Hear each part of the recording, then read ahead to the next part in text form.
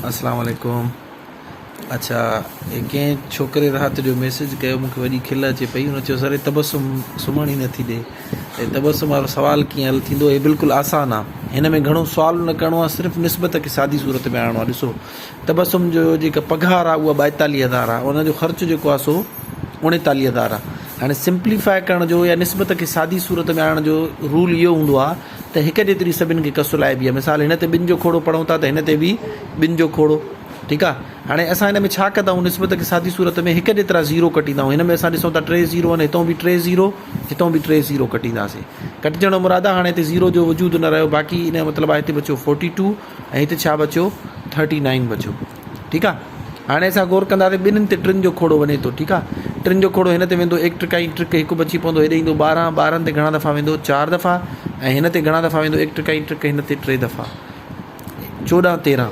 हाणे इहा इन खां वधीक सिंप्लीफाई नथो थी सघे, इन करे जेका तबसुम जी ख़र्चु ऐं उनजो पघार हुई, यानी उनजी जेका सैलरी ऐं एक्सपेंस हुयो, उनजे विच में जेका निस्बत आहे उहा आहे 14, 13 जी। इन मां मुराद आहे त जेका तबसुम आहे उहा 14 हिसा कमाए थी, जेकॾहिं उनजी पघार खे 14 हिसनि में विरायो वञे त 13 हिसा उन मां ख़र्चु करे छॾे थी, हिकु हिसो जेको आहे सो बचति करे थी।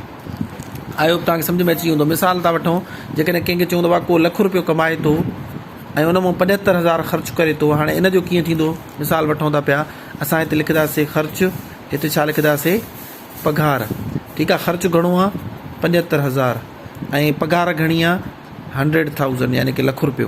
तव्हांखे मां जीअं चयुमि त हिकु जेतिरो कसुलाईंदा आहियूं, यानी हितां 3 ज़ीरो कटींदासीं त हितां ईअं न हुजे 5 कटे छॾियूं, हितां बि 3 ज़ीरो कटींदासीं, हिते बाक़ी छा बचियो 100 ऐं हिते छा बची थो 75। ॿिन्हिनि ते 5 जो खोड़ो वञे थो, हिन ते वेंदो 20 दफ़ा, यानी 10 ते 2 दफ़ा वेंदो, 0 ते न वेंदो, साॻी ॾंड ई ॿुड़ी ॾींदासीं। ऐं 5 जो खोड़ो वरी हिन ते पढ़ंदासीं त हिन ते हिकु दफ़ो 2 बची पवंदा, हेॾे ईंदो 25, 25 ते 5 दफ़ा। हाणे हिननि ते अञा 5 जो खोड़ो वञे थो, हिन ते घणा दफ़ा 4 दफ़ा, हिन ते 3 दफ़ा, ठीकु आहे।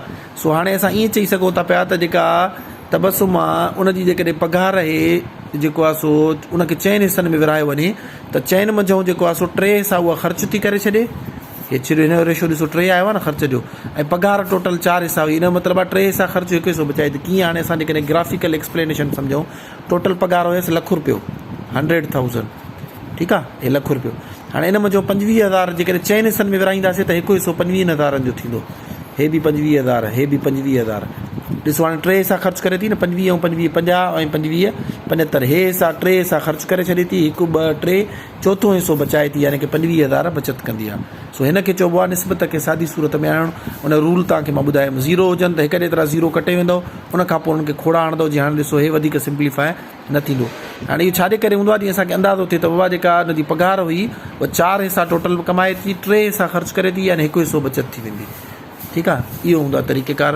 हे साईं तबसुम हुई जे तव्हांखे राति निंड न करणु ॾिनी आहे। मां तव्हांजो ख़ादिम नईमुल्ला, साॻी पघार ते।